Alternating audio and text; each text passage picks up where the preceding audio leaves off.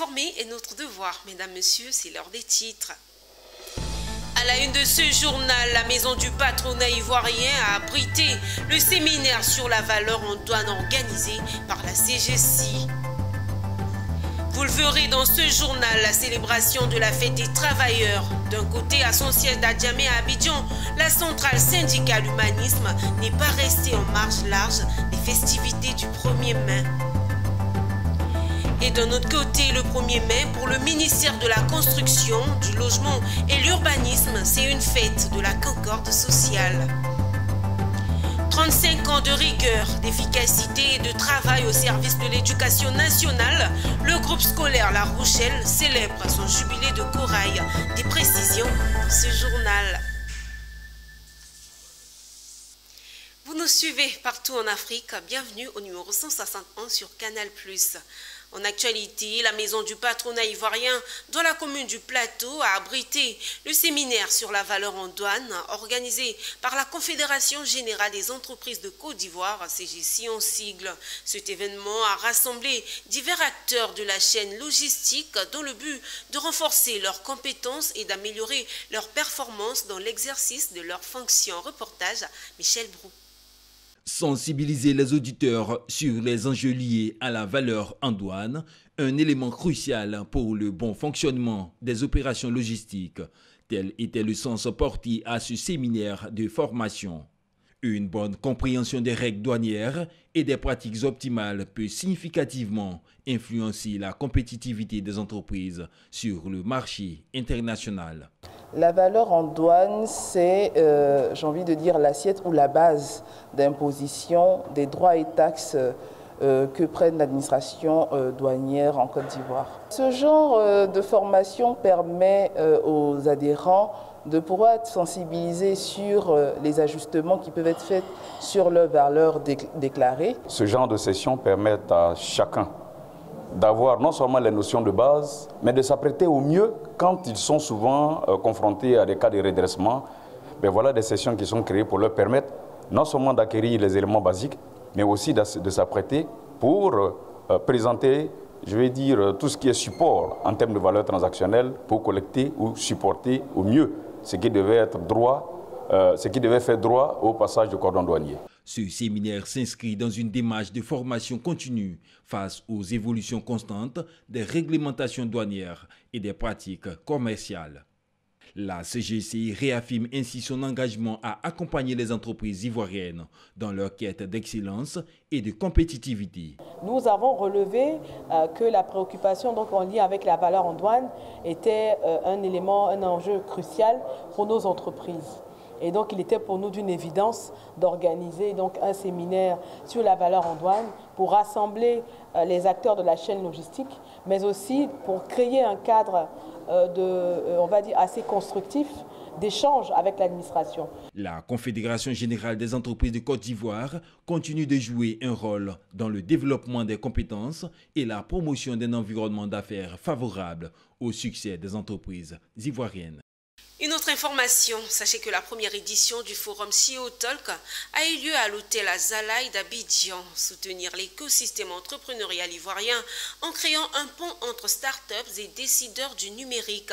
C'est l'ambition du premier CEO Talk organisé par ABX Axel, une plateforme d'échange, de dialogue et de partage d'expériences destinée à outiller les startups ivoiriennes pour leur croissance. Générosa Quadio pour plus de précisions. Réunir les bâtisseurs d'aujourd'hui et les visionnaires de demain. C'est le pari d'ABX Axel à travers la première édition du CEO Talk. L'événement vise à offrir aux startups un espace d'échange stratégique avec des dirigeants expérimentés. ABX Axel ambitionne de doter les startups des outils nécessaires pour croître et ainsi contribuer au développement de la Côte d'Ivoire. Oui, il est essentiel pour nous de permettre à nos startups de rencontrer les acteurs, les décideurs du secteur de l'entrepreneuriat et des startups en Côte d'Ivoire et en Afrique. Donc c'était bien de créer le cas d'échange pour qu'elles puissent les rencontrer, discuter, que poser des questions. On fonctionne par cohorte. On lance un appel à cohorte. On choisit 30, 32 personnes dans une cohorte. La cohorte dure 16 semaines pendant laquelle on travaille la stratégie, le produit. Et à la fin, une fois qu'on est sûr que les startups sont à un certain niveau, on leur fait une offre d'entrée en capital. C'est-à-dire on investit dans les startups. Si on regarde l'impact social, est-ce qu'on est capable d'apporter un véritable impact social? Voilà ce qu'on regarde. Thème de cette première rencontre, le rôle des startups dans le développement du tissu économique ivoirien. Enjeux et perspectives. Un thème exploré par Stéphane Poulibaly, l'invité de cette édition. Les jeunes comprennent qu'il faut qu'ils s'arment de connaissances déjà, qu'ils prennent l'école au sérieux. Et une fois qu'ils ont ces connaissances, qu'ils ne cherchent pas forcément à toujours travailler pour quelqu'un. Qu'ils aient aussi l'ambition de pouvoir créer leur propre business, se lancer dans l'entrepreneuriat. Il y a de bonnes idées, des solutions intéressantes qui répondent à des besoins précis et qui peuvent faire d'eux des futurs champions nationaux. À notre niveau, c'est de pouvoir apporter justement l'encadrement nécessaire au développement de nos startups. Un moment riche de partage, de réseautage et d'apprentissage. ABX Axel entend faire de ce rendez-vous un tremplin régulier pour booster l'écosystème technologique ivoirien. Célébration de la fête des travailleurs, on en parle dans ce journal. Ce jeudi 1er mai est célébrée partout dans le monde la Journée internationale du travail. À son siège d'Adjamé à Abidjan, la centrale syndicale humanisme n'est pas restée en marge large des festivités. Occasion pour elle de dire ses attentes au pouvoir public. Un reportage de Konena Norgo. Le 1er mai 2025, marquant la célébration de la fête du travail, a été célébré par la centrale syndicale humanisme au gymnase des sapeurs-pompiers à Adjamé. Une célébration qui a réuni des milliers de travailleurs venus de tous les secteurs d'activité. Occasion pour le secrétaire général de la centrale syndicale humanisme de rappeler les recommandations des travailleurs. Il nous faut attirer l'attention du gouvernement sur un certain nombre de préoccupations. S'il est vrai que la revendication nouvelle de la prime liée à tous les fonctionnaires de Côte d'Ivoire et agents de l'État est une revendication nouvelle, qu'elle devait travailler à l'intérieur des dispositifs établis pour cela, nous avons le regret de constater qu'il y a eu des soubresauts. Mais tout le monde est revenu à la table du dialogue et nous voudrons plaider à l'effet que son Excellence le Président de la République comprenne l'environnement créé et accepte de reverser les ponctions, accepte que si d'aventure notre camarade est condamné en appel, qu'il puisse prendre une mesure de grâce, mais en même temps, nous syndicalistes, nous allons initier une procédure de demande de libération provisoire du camarade afin qu'il recouvre la liberté. Cette célébration de la fête du travail a été marquée par la remise d'un cahier de 120 recommandations de 24 pages couvrant 17 domaines clés au conseiller technique du ministre de l'Emploi et de la Protection sociale. Des recommandations qui vont de la dénonciation des entreprises qui refusent d'appliquer le SMIC et le minimum catégoriel aux revendications dans le secteur éducation-formation, en passant par la situation des domestiques. En ce qui concerne effectivement le travailleur domestique, on a plusieurs projets de réforme aujourd'hui qui sont à pied d'œuvre et qui sont même en phase de maturation par notre ministère, qui va améliorer considérablement la vie de nos travailleurs domestiques. La célébration de cette journée s'est déroulée entre commémoration, bilan et plaidoyer pour un avenir professionnel plus juste. Dans ce même registre, vous le savez, le 1er mai, c'est la journée des revendications salariales et syndicales. Mais au ministère de la Construction, du Logement et l'Urbanisme, le 1er mai est une fête de la concorde sociale. C'est en tout cas ce qui ressort de la rencontre de Bruno Labagné-Koné avec les agents de son ministère. Plus de précisions avec Michel Brou. C'est une marche sportive qui a ouvert le programme des festivités à la célébration de la première édition de la Fête du Travail, initiée par le ministère de la Construction, du Logement et de l'Urbanisme. La journée a été ponctuée par plusieurs activités allant des dons de sang en passant par les défilés de toutes les directions et services sous tutelle du ministère de la Construction. L'événement a enregistré aussi une remise de prix aux agents admis à faire valoir leurs droits à la retraite, symbole de la reconnaissance du ministère aux services rendus par ces agents. L'occasion était donnée aux membres des agents syndicaux de rappeler les actions et réformes entreprises par le ministre au profit des agents depuis sa prise de fonction à la tête de ce ministère. Ils ont également formulé des doléances pour l'amélioration de leur profil de carrière. Nous sollicitons l'intervention spéciale de Monsieur le ministre afin de bénéficier du programme des 25 000 logements du gouvernement, au moins 1 500 logements.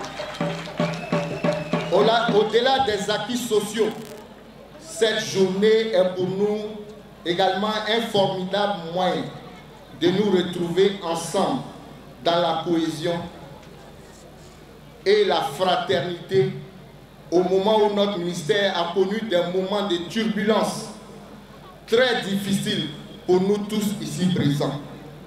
Nous voulons profiter de cette occasion et je vous l'assure que c'est le prétexte du 1er mai que nous avons trouvé pour apporter solennellement notre soutien total et entier et notre attachement sans réserve à notre ministre, que je vous demande de vous lever pour applaudir.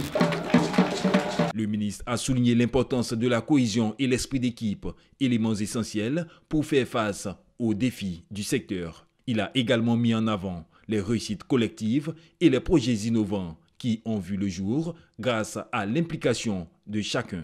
Soyez assurés que vos préoccupations, vos recommandations, vos suggestions, vos doléances ne sont ni ignorées ni reléguées au second plan. Elles ont été entendues. Elles ont été entendues, elles seront prises en compte, elles seront analysées avec la plus grande attention. Et je me dis tous les jours qu'un ministère fort, c'est d'abord un personnel motivé, un personnel qui est écouté et un personnel qui est valorisé. À ce titre, je tiens à vous réaffirmer mon engagement personnel, à vous accompagner avec détermination. Le ministère de la Construction, du Logement et de l'Urbanisme entend pérenniser cet événement pour célébrer chaque année le travail et l'engagement de ses agents. Restons toujours dans la fête du 1er mai et rendons-nous du côté de l'université Félix Houphouët-Boigny où les ingénieurs de Côte d'Ivoire célèbrent à leur manière cette journée. Walter Kofi était sur place.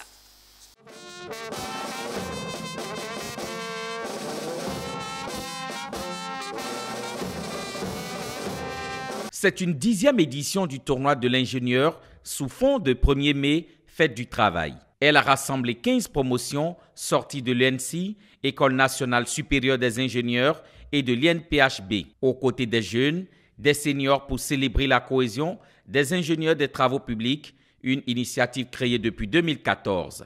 Cette année, l'initiative prend une autre dénomination et devient Journée de l'ingénieur. Elle se veut donc, selon le PCO et président ENSI 2012, Thibaut Dahin, une plateforme récréative et de réflexion pour relever les défis du métier d'ingénieur des travaux publics. Alors pour cette édition déjà, nous sommes passés de tournoi de l'ingénieur à journée de l'ingénieur. Alors comme je le dis, à la faveur donc de l'indépendance de la Côte d'Ivoire, le père fondateur, donc le président Félix Houphouët-Boigny, donc pour soutenir le développement post-indépendance, donc il a créé l'ENSTP, c'est-à-dire l'École nationale supérieure des travaux publics.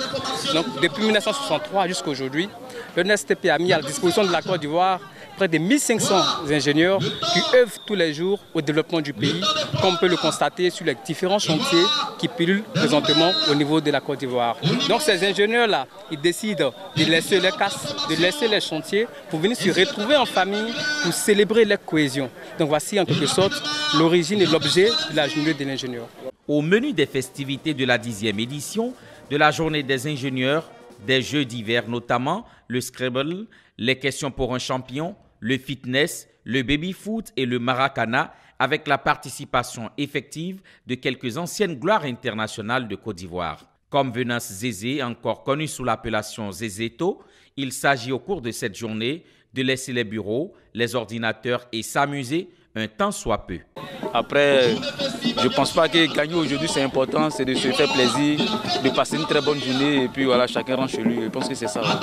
Il faut souligner que cette journée prend une autre tournure avec l'arrivée de plusieurs sponsors, parmi lesquels Yako Assurance de Joseph Yapo Makambu, un autre ancien des anciens. 35 ans de rigueur, d'efficacité et de travail au service de l'éducation nationale, le groupe scolaire La Rochelle célèbre son jubilé de corail. Une étape symbolique marquant plus de 3 décennies d'engagement, de transmission, de valeurs et de formation de générations de leaders. Le top départ des festivités a été donné à Koumassi dans une ambiance riche en couleurs et en émotions. Cette célébration s'étendra jusqu'au 3 mai. Konena Norgo détaille. 1990-2025, le groupe scolaire La Rochelle souffle ses 35 bougies. 3 décennies et demie de rigueur, d'efficacité et de travail au service de l'éducation nationale. À Koumassi, ce mercredi 30 avril, la communauté éducative s'est réunie pour lancer les 4 jours de festivités d'un anniversaire, placé sous le sceau de la maturité, de la reconnaissance et de la vision. Parents d'élèves, autorités locales et éducatives ont assisté à un impressionnant défilé des élèves et du personnel enseignant, retraçant les grandes étapes de l'évolution de l'établissement. La preuve que c'est un établissement qui a la confiance des parents d'élèves de la commune de Koumassi et même au-delà. Une mission portée depuis 35 ans par un couple, les époux Kwasi, dont la passion pour l'enseignement a donné naissance à une véritable famille éducative. C'est l'histoire d'une vision, celle de M. Kwasi, mon époux, ce visionnaire éclairé qui a eu l'idée de m'offrir en 1990 un cadeau d'une valeur inestimable, un lieu d'apprentissage, d'épanouissement et de partage pour honorer ma passion profonde pour l'enseignement. Ce cadeau a transformé ma vie. Il a affermi ma perception du devoir, du don de soi et de l'humanisme. Notre école, que dis-je, notre foyer commun, a grandi et prospéré, pierre après pierre, année après année. Aujourd'hui, La Rochelle est bien plus qu'un établissement scolaire. C'est une grande famille, un creuset où chaque élève est encouragé à développer ses talents. Le groupe scolaire La Rochelle, aujourd'hui, fait figure de référence dans le paysage éducatif ivoirien, reconnu dans les plus hautes sphères du ministère. C'est pourquoi, monsieur et madame Kwasi, je voudrais, au nom de madame le ministre de l'Éducation nationale et de l'alphabétisation, le professeur Maria Toukone, de façon solennelle, vous traduire toute la reconnaissance du ministère de l'Éducation nationale et de l'alphabétisation. Cette première journée de célébration des 35 ans du groupe scolaire La Rochelle s'est achevée par une conférence avec les parents d'élèves et une visite guidée des travaux créatifs réalisés par les élèves. Changeons de chapitre enfin. L'association Rêve Ivoire pour la paix en Côte d'Ivoire a organisé une cérémonie de remise de dons de matériel roulant à ses ambassadeurs. L'objectif de cette dotation est de permettre à ces hommes et femmes, ambassadeurs de cette association, de sillonner tout le territoire national pour promouvoir la paix et le vivre ensemble entre tous les habitants de la Côte d'Ivoire. Une activité qui a eu pour cadre le canal au bois situé dans la commune de Trècheville. Pierre Tebeu pour le compte rendu. Rien n'est trop grand ou trop beau pour préserver la paix en Côte d'Ivoire. C'est la vision de l'association Rêve Ivoire pour la paix qui a offert ce mercredi 30 avril 2025 10 véhicules 4x4 et 10 motos à ses ambassadeurs devant de nombreux témoins, autorités municipales, têtes couronnées, commerçants et habitants de la commune de Trècheville. La mission de ces ambassadeurs est grande puisqu'ils vont porter vers les populations situées dans les coins les plus reculés de la République le message de paix, de cohésion et du vivre ensemble. Nous avons déjà des initiatives de paix à travers la Côte d'Ivoire. On a déjà entamé à l'ouest et on tourne un peu partout en Côte d'Ivoire pour parler de paix. Donc je vais faire bon usage, ça va me servir de moyen de déplacement pour pouvoir entrer dans les contrées, dans le fin fond, un peu partout. Le président de Rêve Ivoire pour la paix, Moussa Zoungrana, a indiqué que ce don est de permettre la promotion de la paix en Côte d'Ivoire. Nous, aujourd'hui, nos missions, plus en ville et plus dans les milieux reculés, en milieu rural. Et vous savez qu'on ne peut pas y aller sans véhicule. Et c'est pour être beaucoup plus efficace qu'aujourd'hui, parce que nous avons essayé par le passé et on se débrouille avec le peu de matériel que nous avons. Et aujourd'hui, par la grâce de Dieu, nous avons fait une bonne acquisition pour nos différents ambassadeurs. Le représentant du parrain a recommandé le bon usage de ces dons dans la promotion de la paix. Aujourd'hui, vous décidez de passer à une étape majeure, celle de vous donner les moyens d'aller plus loin, celle de vous donner les moyens de toucher le plus grand nombre de personnes, celle de vous donner les moyens de conquérir les cœurs par la proximité. Félicitations et soyez assurés que Monsieur le ministre d'État se tient à vos côtés dans cette noble mission à l'effet de vous accompagner pour réussir. À quelques mois de la présidentielle d'octobre 2025 en Côte d'Ivoire, c'est une mission bien périlleuse qui attend ces ambassadeurs de l'association Rêve Ivoire. À Yamoussoukro, la filière coton était au centre des discussions à l'occasion d'un atelier stratégique visant à structurer les mécanismes de financement des activités coopératives et des unions avec pour objectif partager et créer des outils à mettre en œuvre pour redynamiser durablement le secteur. Apprenons plus avec Charles Kouakou et Soro Estelle. Introduit dans le nord du pays, le coton s'est peu à peu imposé comme une culture de rente majeure essentiel pour des milliers de producteurs. Il constitue aujourd'hui une source de revenus vital pour de nombreuses familles rurales et contribue à la hauteur de 1,6% du produit intérieur brut national. Malgré cette importance économique, la filière cotonnière a traversé de nombreuses difficultés, notamment dans la structuration et la coordination des organisations de producteurs agricoles, OPA, qui ont souffert des dysfonctionnements persistants. Conscient de ces enjeux, l'État ivoirien a lancé une politique de relance ambitieuse du secteur. Celle-ci repose sur un ensemble de réformes structurelles dont un axe fort a été dédié au renforcement et à la professionnalisation des OPA. Nous avions aujourd'hui, avec l'acte uniforme OADA, une nouvelle forme de société coopérative. Ce sont des mini-sociétés dans leur environnement qui doivent faire des activités économiques et viables.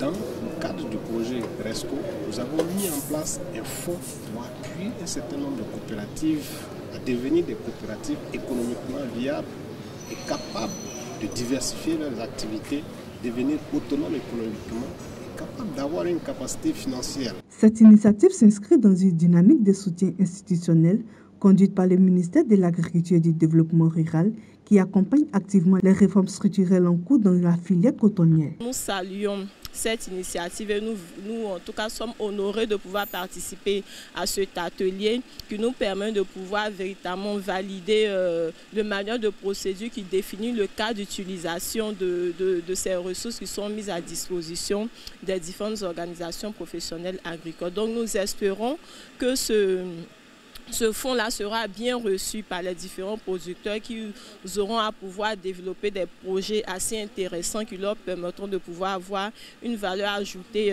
additionnelle sur leurs activités. Les participants de cet atelier ont exprimé une forte attente à l'égard de cette nouvelle approche, unie autour d'un objectif commun, assurer un avenir plus stable et prospère à la filière coton en Côte d'Ivoire. Dans une direction, le collectif des religions en collaboration avec la Fédération des mutuelles Kavo-Kiva des 14 villages gourous du département d'Oumé a récemment organisé une journée de prière dédiée à la paix et à la cohésion sociale en Côte d'Ivoire. Cet événement, prenant place à l'approche des élections, revêt une importance particulière dans un contexte où la stabilité nationale est primordiale. Gervais Samani dans un commentaire de Michel Brou. La journée de prière a rassemblé des leaders religieux des différentes confessions, des membres de la communauté locale et des représentants des mutuelles. Ensemble, ils ont adressé des prières à Dieu, sollicitant sa guidance et sa bénédiction pour une paix durable pendant les prochaines échéances électorales. L'événement a été marqué par des chants, des témoignages et des moments de réflexion. Les fils d'Oumé ont demandé à ce qu'on prie pour la paix. C'est à la demande de la fédération des mutuelles des 14 villages du Gourou que nous avons organisé cette cérémonie. Prier pour la paix, pour d'abord toute la Côte d'Ivoire et pour la ville d'Oumé. La paix pour les fils de ce département, pour le pays surtout parce que nous sommes dans une année électorale et pour que les fils d'Oumé dans leur projet puissent avoir le succès. Mesdames et messieurs, chers parents d'Oumé, préserver la paix, la cohésion sociale et l'unité nationale demeurent au cœur des priorités de notre fédération. Donc je voudrais à cet égard exhorter toutes les autorités traditionnelles et coutumières et les guides religieux à demeurer pour toutes les populations vivant à Oumé des canaux dynamiques d'information, de formation et de conseil pour la préservation de la paix et de l'unité nationale. Il est temps en effet d'inviter nos jeunes à se consacrer davantage au renforcement de l'unité nationale et à cultiver la paix. La journée de prière organisée par le collectif des religieux de la Fédération des mutuelles Kavo-Kiva est un appel fort à la paix, à l'unité et à la promotion d'une société harmonieuse fondée sur la paix et la cohésion. C'est la fin de ce journal. Merci pour votre attention soutenue et restez connectés au programme de la première chaîne panafricaine économique. Au revoir.